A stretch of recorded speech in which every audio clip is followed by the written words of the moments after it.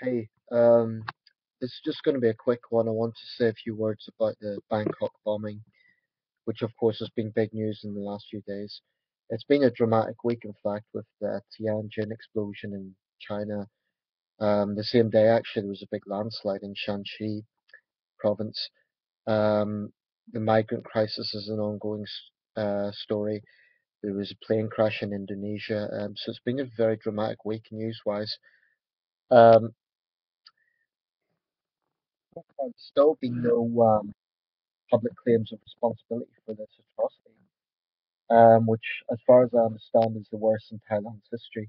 Indonesia has had some pretty big terrorist attacks in the last 10, 20 years, but this is the first, this is the biggest in Thailand, I believe, ever, or at least in recent years. Um, so the speculation now seems to be on who's responsible. Um, Why is that important? It's important because obviously, if there's going to be further attacks, it's important to establish if whoever is responsible is in a position of power in order to commit further attacks. So I do think it is important to establish who's responsible and also for bringing people to justice. Let's be quite clear: was an atrocity, and I've always taken the view that terrorists lose all moral credibility, completely lose all moral credibility when they deliberately target civilians. This was not an attack on the government of Thailand. This was not an attack on the military of Thailand. Not that I'm saying that would be justified, but this was an attack on a religious site where the attackers must have known that there would have been lots of civilians there. 20 people killed, over 200 injured. So this was a shameful atrocity. Um, there's obviously that video footage of the guy with the glasses and the rucksack. He seems to be the main suspect at the moment, but there's no trace of him. And there's been speculation that the Thai authorities are also seeking a woman at the moment. So whether she's an accomplice of his or whatever, I don't know. I've seen different speculation on who may be responsible. There's been talk of it being an Islamist attack. Um, the fact it was a religious shrine would be an indicator of that, but the Muslim insurgents in the south of Thailand have never committed an attack on this scale. Their activity has largely been in the south. As for ISIS, well, it's well known that ISIS is a brutal organization, but why target Thailand? What would be the particular significance there? Um, if it was in Burma, you could say it's something to do with the Rohingya situation, but um, it really does remain a bit of a mystery. The surveillance footage of the guy, I mean, the authorities so far are saying that he doesn't seem to be a Thai national, but the photo fit, to me, he looked like an Asian man.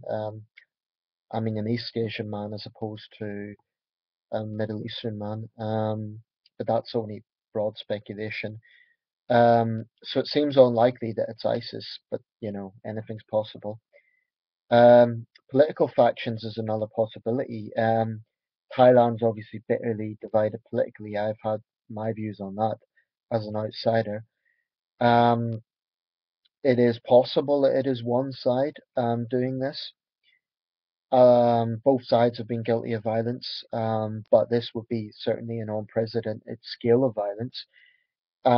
If that is the case, whoever has done it isn't going to get any sort of wider support or outside support for that matter, any sort of moral support. One thought is that it might be Uyghur separatists from China, angry at Uyghurs being deported recently back to China, where they say that they're persecuted. But again, that would be a very drastic step. There has been clashes with Chinese security forces in Xinjiang, but to actually commit a major terrorist attack in a foreign country that would be a big step up for them. So really, it's very difficult to establish. A lone wolf, someone suffering mental illness, can't be ruled out. Um, I mean, or even a lone fanatic like Anders Breivik. in Norway a few years back. Um, that can't be ruled out, but for an individual to create a bomb and to be so deadly effective that they need to be really know what they're doing. Um, so really, the speculation is out there, and I keep saying terrorist group. I'm not going to, and some people might not like me saying this, but I'm not going to entirely rule out the Thai government either. This is a dictatorship, and history shows that dictatorships will have a track record of setting up atrocities in order to justify persecution of their opponents. So it would be very easy for the military junta that is currently ruling Thailand to, for example, blame this on the red shirts as a way to persecute them. I'm not saying that is the case. I'm not saying they've done that. I'm not saying they're guilty. I'm just saying it's not impossible. So if in the coming weeks we find that the government suddenly blames the red shirts, that doesn't necessarily mean the red shirts are guilty. Um, I'm not saying that is the case. I'm just saying that it is a fact that in history this is what dictatorships do, and I do regard the current government of Thailand to be pretty much a dictatorship. Um, but whatever the case, whoever is responsible, there can be no justification, there can be no moral argument whatsoever for murdering civilians. They just can't. Whatever sort of moral argument they think they're trying to get across, they're not going to get wider support by butchering people who, I mean, there was some sad stories. There was a child who was only 4 years old, was the youngest victim. There was a British student from Hong Kong, but studying in the UK, only 19 years old, killed. Um, hundreds of lives changed. Obviously, this isn't like the worst terrorist attack of the year. There's atrocities like this all the time in Syria, Nigeria, Iraq. But when it occurs in a tourist hotspot, it does really, I think, have quite a big emotional impact on people. So that's just a few of my thoughts. Just to be clear, I'm not pointing a finger at anyone in this video. I'm just expressing what I've read in various sources.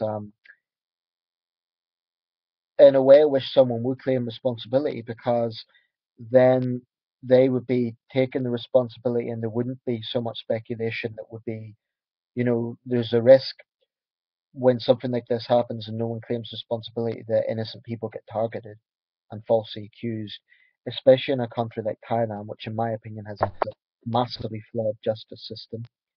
I mean, it wasn't so long ago that two young British backpackers were murdered on a beach. They arrested two young Burmese men.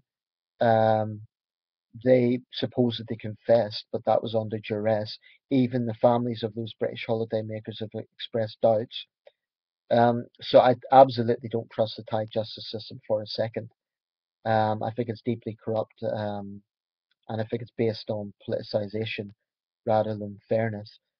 So I would be concerned about that aspect to it. But the victims of this atrocity deserve justice, and whoever is guilty should be brought to justice and punished severely because this has ruined lives. Okay, thanks for watching.